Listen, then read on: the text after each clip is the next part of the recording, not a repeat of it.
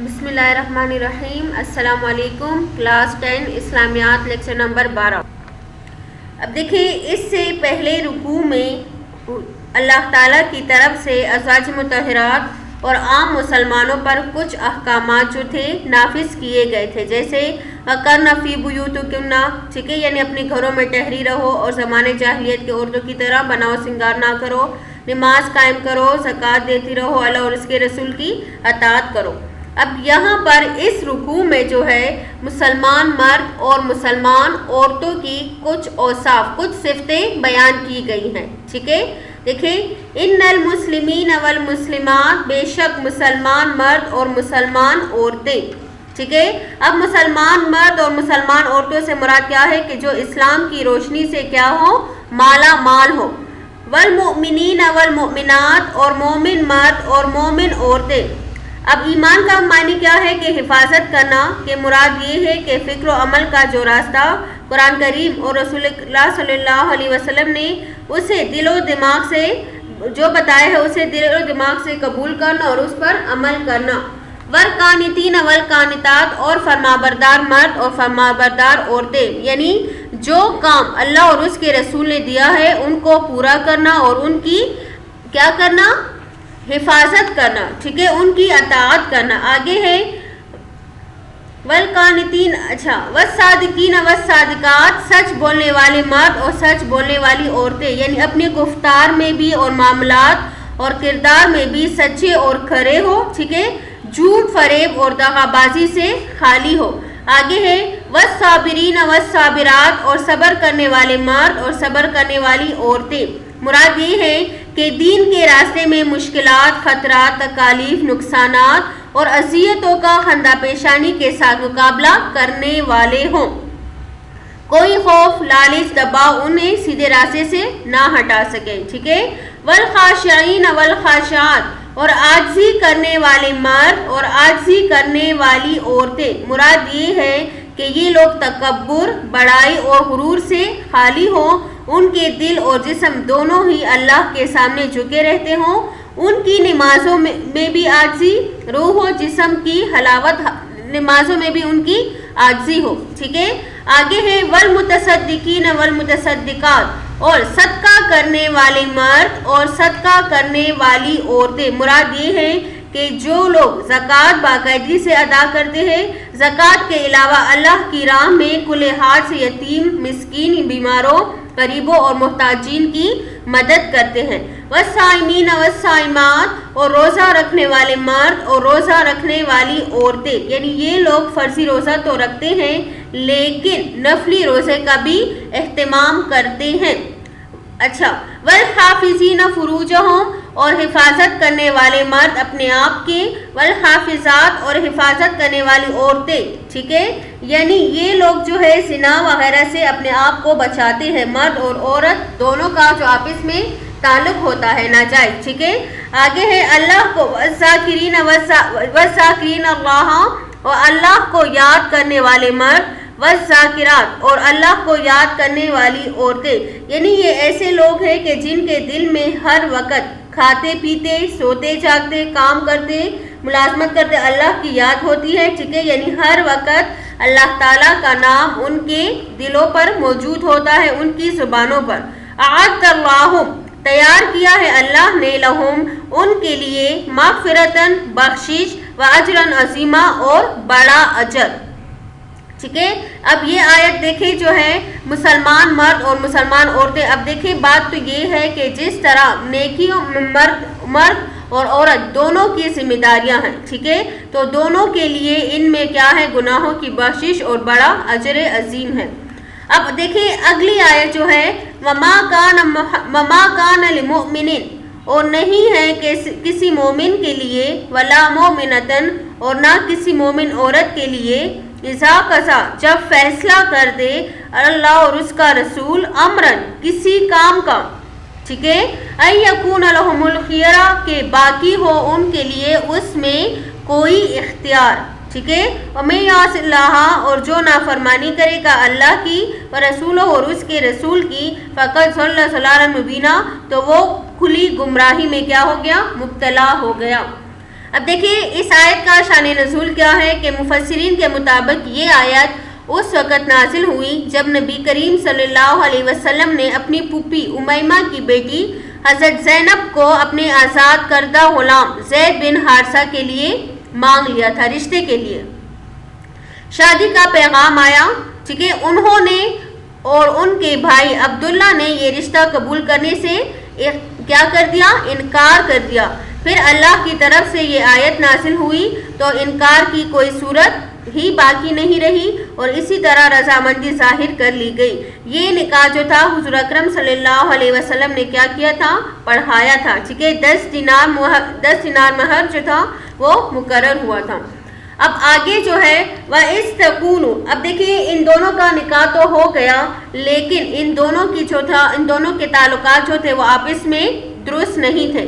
جیسا بھی تھا ان کا خاندان جو تھا وہ بہت زیادہ بلند تھا، ٹھیک ہے، اور یہ ایک ادنا سے غلام تھے، تو دونوں کی ذہانت جو تھی وہ ایک دوسرے سے نہیں ملی اور اسی طرح ان میں کیا ہو گئے؟ اختلافات بڑھنے لگے، ٹھیک ہے نا۔ تو اب حضرت زید رضی اللہ تعالیٰ عنہ نے حضور اکرم صلی اللہ علیہ وسلم سے طلاق کا مطالبہ کیا، لیکن آپ صلی اللہ علیہ وسلم جو تھے ان کو طلاق دینے سے روکتے تھے، کیونکہ اللہ تعالیٰ کی طرف سے حضور اکرم صلی اللہ علیہ وسلم کو حضرت زینب رضی اللہ تعالیٰ عنہ سے نکاح کرنے کا حکم ملا تھا، لیکن اس کے باوجود بھی آپ صلی اللہ علیہ وسلم جو تھے ان کو طلاق دینے سے روکتے تھے، اس لیے کہ وہ اپنے دل میں یہ بات چھپاتے تھے، ڈرتے تھے کہ لوگ کیا کہیں گے کہ آپ صلی اللہ علیہ وسلم نے اپنی بہو سے، ٹھیک ہے نا، اپنی بہو سے کیا کر دیا؟ نکاح کر دیا۔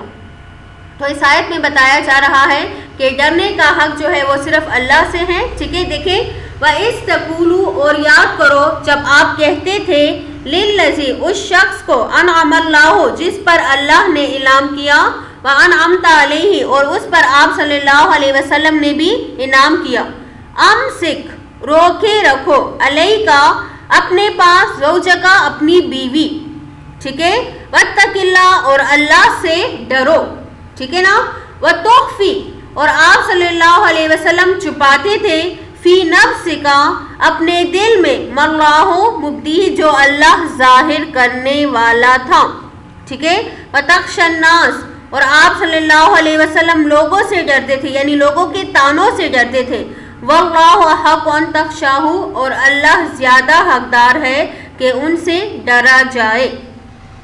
فَلَمَّا قَضَىٰ، جب پوری کر لی زید نے، منہا، اس سے، وطرن، اپنی حاجت، یعنی جب اس کو کیا کر دیا؟ طلاق دے دیا، زوجناکہا، تو ہم نے اسے تمہارے نکاح میں دے دیا، لکی لا یکونا، تاکہ نہ رہے، علی المؤمنین، مومنوں پر، حرجن، کوئی تنگی، فی ازواج ادعیائہم، اپنے منہ بولے بیٹے کی بیویوں سے نکاح کے بارے میں، ٹھیک ہے، یعنی دیکھیں اسلام میں منہ بولے بیٹے کی کوئی اہمیت نہیں ہے اور اللہ تعالیٰ جو تھا اس جاہلانہ رسم کو ختم کرنا چاہتا تھا، ٹھیک ہے۔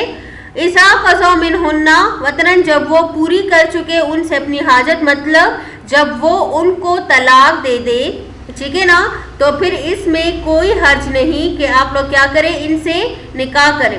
وَكَانَ أَمْرُ اللَّهِ مَفْعُولًا، اور اللہ کا حکم پورا ہو کر رہنے والا ہے، ٹھیک ہے۔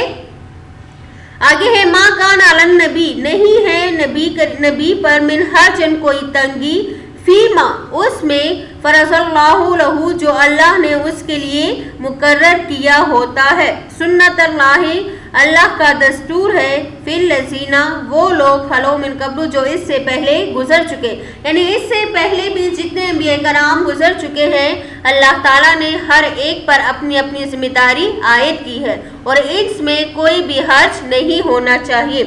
وَكَانَ أَمْرُ اللَّهِ قَدْرًا مَقْدُورًا، اور اللہ کا حکم ایک اندازے سے کیا ہے؟ مقرر ہے۔ اب آگے جو ہے انبیاء کرام کے بارے میں ہے کہ وہ اللہ تعالیٰ کا پیغام جو ہے وہ حق کے ساتھ پہنچاتے ہیں اور اللہ تعالیٰ کے سوا وہ لوگ کسی سے بھی نہیں ڈرتے۔ لِلَّذِينَ، وہ لوگ، یبلغون، جو پہنچاتے ہیں، رسالات اللہ، اللہ تعالیٰ کے پیغامات، وَيَخْشَوْنَهُ، اور اس سے ڈرتے ہیں، ولا یخشون احدا الا اللہ، اور نہیں ڈرتے کسی سے مگر صرف اللہ کے علاوہ وہ لوگ کسی سے بھی نہیں ڈرتے۔ وکفی باللہ حسیبا، اور اللہ تعالیٰ کیا ہے؟ کافی ہے اور حساب لینے والا ہے۔ آگے ہے ما کان محمد ابا احد من رجالکم، نہیں ہے محمد صلی اللہ علیہ وسلم تمہارے مردوں میں سے کسی کے باپ، ولیکن رسول اللہ، لیکن اللہ کے رسول ہے، وخاتم النبیین، اور نبوت کو، اور خاتم النبیین ہے یعنی نبوت کو ختم کر دینے والے ہیں۔ وکان اللہ بکل شیء علیما، اور اللہ ہر چیز سے واقف ہے۔ اب دیکھیں اس آیات کریمہ کے نازل ہونے کی ایک وجہ تو یہ ہے کہ جب نبی کریم صلی اللہ علیہ وسلم نے حضرت زید رضی اللہ تعالیٰ عنہ کے متعلقہ حضرت زینب سے نکاح کیا تو یہود اور منافقین اور کافروں نے تانے دینے شروع کر دیے اور کہا کہ محمد صلی اللہ علیہ وسلم نے اپنے بیٹے کی طلاق یافتہ بیوی یعنی اپنی بہو سے شادی کر لی۔ ٹھیک ہے، عربوں میں جاہلیت کا رواج تھا کہ وہ متبنہ کو حقیقی بیٹا مانتے تھے۔ حضور اکرم صلی اللہ علیہ وسلم کو یہ اندیشہ تھا لیکن انہیں خوف نہیں تھا۔ ٹھیک ہے، اور غلط رواجوں کو ختم کرنا ان کی کیا تھی؟ ذمہ داری تھی۔ ٹھیک ہے، حضور اکرم صلی اللہ علیہ وسلم خاموشی سے ان کی باتیں سنتے رہے اور یہ آیات کریمہ نازل ہوئی اور فرمایا کہ حضور اکرم صلی اللہ علیہ وسلم کسی مرد کے نسبی باپ نہیں ہے۔ ٹھیک ہے، اسی طرح مخالفین اور جو شرارت کرنے والے لوگ تھے ان کے تمام اعتراضات جو تھے وہ ختم ہوئے۔ اب حضور اکرم صلی اللہ علیہ وسلم کے تمام بیٹے جو تھے وہ بچپن ہی میں وفات پا گئے تھے یعنی بالغ نہیں ہوئے تھے، تو گویا رجال بالغ کا مطلب یہ ہے کہ بڑے نہیں ہوئے تھے، تو گویا آپ صلی اللہ علیہ وسلم کسی مرد کے نسبی باپ نہیں، البتہ ان کو روحانی باپ کہا گیا ہے کہ وہ ساری امت کے کیا ہے؟ روحانی باپ ہے۔ اور انہوں نے اپنے ایک قول میں یہ بات کہی بھی ہے کہ میری امت میری اولاد ہے۔ ٹھیک ہے نا، مجھ میں میری کیا کمی ہے؟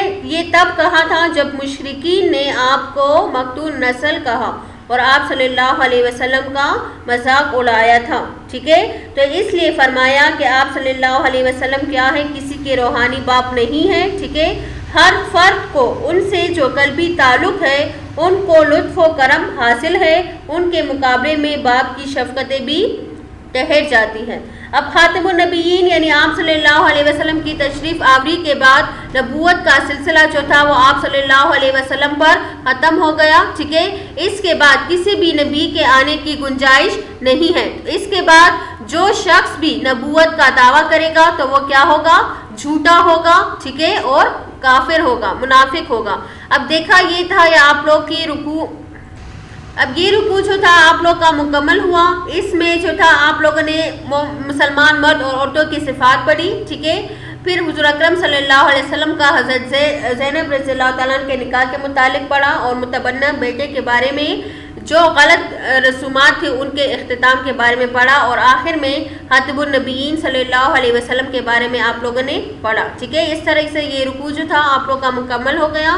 یہ ترجمہ آپ لوگ یاد کر لیجئے گا۔ ٹھیک ہے نا، یہ نیچے الفاظ معنی ہے، دیکھیں القانتات فرمانبردار عورتیں، المتصدقین صدقہ دینے والے، الخیارہ یعنی اختیار، امسک تو روکے رکھ، تخفی تو چھپاتا ہے، وطرن حاجت، مبدی ظاہر کرنے والا، اور خاتم النبیین آخری نبی۔ اس کے سوالات آپ لوگ کے پاس نوٹس میں موجود ہوں گے، وہاں سے آپ لوگ سوالات و جوابات یاد کر لیں۔ ٹھیک ہے، والسلام، شکریہ۔